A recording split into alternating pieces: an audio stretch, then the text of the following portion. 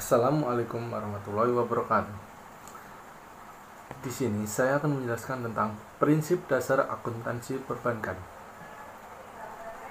di mana PPT ini disusun oleh 5 kelompok kami, yaitu Febi Meliana, Regita, Isnaini Himatul Alia, saya sendiri Oki Andrianto, Ratna. Pertama-tama, saya akan menjelaskan tentang laporan keuangan. Laporan keuangan disusun sebagai bentuk pertanggungjawaban manajemen terhadap pihak-pihak yang berkepentingan dengan kinerja bank yang dicapai selama periode tertentu.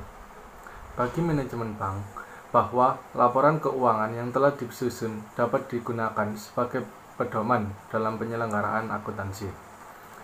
Bank komersial, baik bank umum maupun BPR, diwajibkan memberikan laporan keuangan setiap periode tertentu. Laporan keuangan disusun sebagai bentuk pertanggungjawaban manajemen terhadap pihak-pihak yang berkepentingan dengan kinerja bank yang dicapai selama periode tertentu.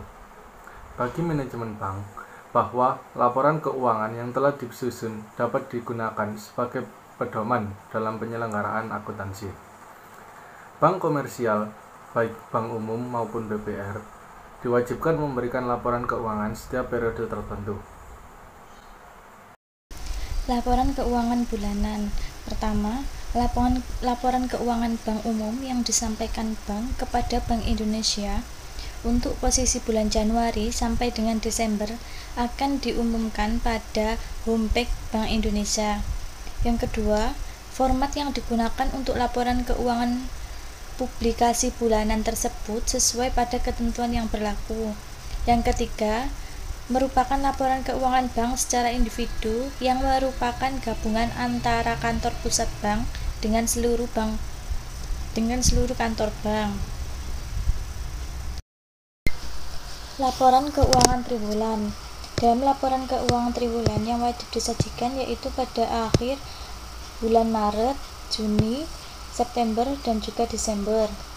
Laporan ini mencakup neraca, perhitungan laba rugi dan saldo laba, daftar komitmen dan kontingensi, transaksi valuta asing dan derivatif, kualitas aktiva produktif dan informasi lainnya, perhitungan kewajiban dan penyediaan modal minimum, serta rasio keuangan.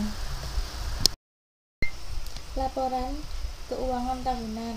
Laporan keuangan tahunan ini dimaksudkan untuk memberi informasi berkala mengenai kondisi bank secara menyeluruh, termasuk perkembangan usaha dan kinerja bank.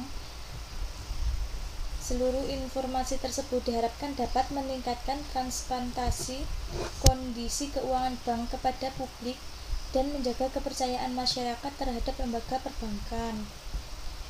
Laporan keuangan tahunan itu sendiri mencakup A. Informasi umum, B. Laporan keuangan tahunan, C. Opini akuntan publik, D. Aspek transparansi yang terkait dengan kelompok usaha, E. Aspek transparansi sesuai PSAK, Pedoman Akuntansi Perbankan Indonesia atau PAPI, dan laporan keuangan publikasi triwulan. F. Exposure dan manajemen risiko, dan G. Informasi lain. Saya di sini akan menjelaskan tentang Giro Bank Indonesia. Giro Bank Indonesia merupakan rekening giro milik bank umum atau komersial dalam valuta asing maupun valuta rupiah di Bank Indonesia. Dengan Giro Bank Indonesia, bank dapat membiayai transaksi antara cabang maupun antar bank melalui penyelesaian clearing dan transfer. Di samping itu juga dapat digunakan untuk membayar penarikan deposito yang relatif besar, pemberian kredit, dan sebagainya. Transaksi giro Bank Indonesia lebih banyak berkaitan dengan transaksi clearing seperti nota debit atau nota kredit, pemindah bukuan, pengambilan, dan penyetoran uang tunai ke Bank Indonesia oleh bank komersial. Giro Bank Indonesia dalam valuta rupiah akan dicatat sebesar nilai nominalnya, sedangkan Giro Bank Indonesia falas dicatat berdasarkan kurs Bank Indonesia yang berlaku saat itu. Hubungan kantor pusat, cabang, dan antar cabang meliputi unit banking system dan branch banking system. Karakteristik kantor cabang, penyelenggaraan akuntansi, dan hubungan antar kantor cabang.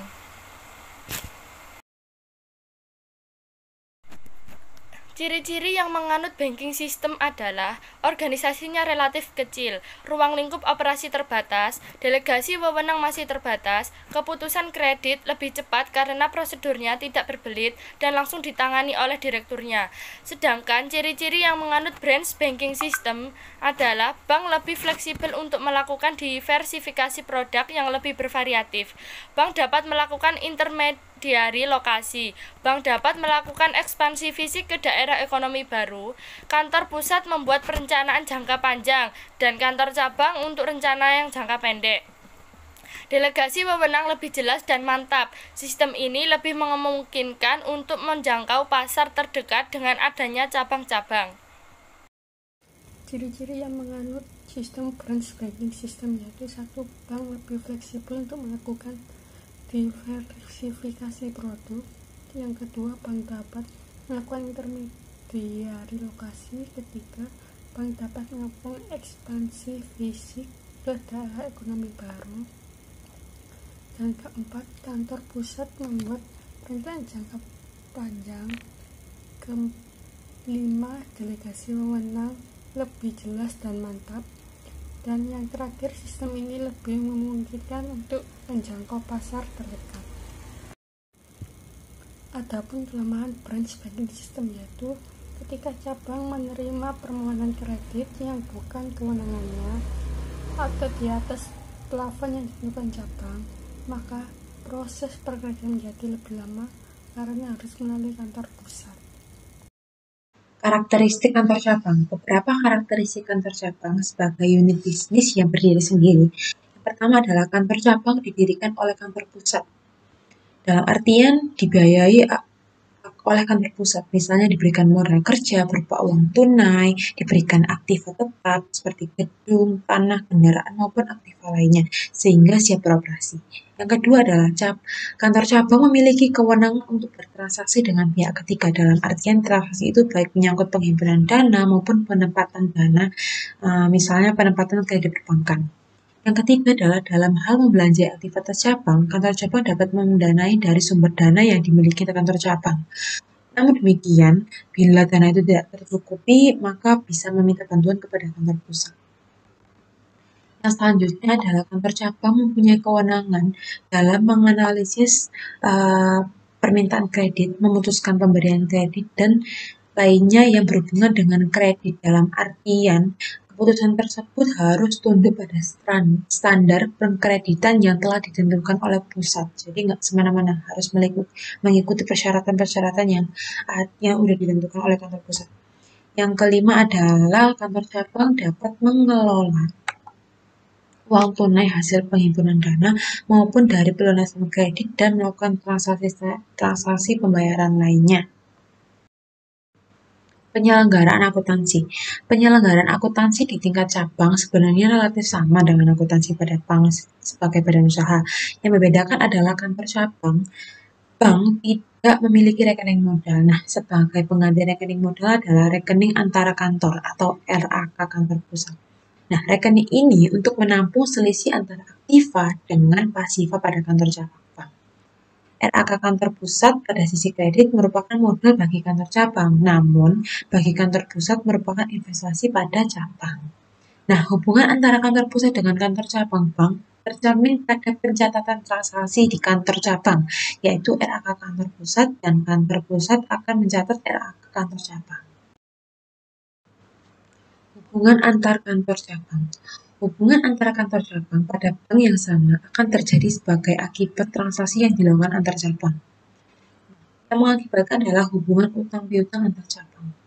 Hubungan utang piutang ini akan menimbulkan biaya bunga bagi kantor cabang yang mempunyai kewajiban terhadap cabang lain, dan akan menimbulkan pendapatan bunga RAK bagi kantor cabang yang memiliki piutang terhadap kantor cabang lain. Yang selanjutnya adalah akuntansi untuk transaksi antar cabang sangat tergantung sistem yang dianut oleh bank yang bersangkutan. Nah, sistem ini dibagi menjadi dua, yaitu sistem sentralisasi dan desentralisasi.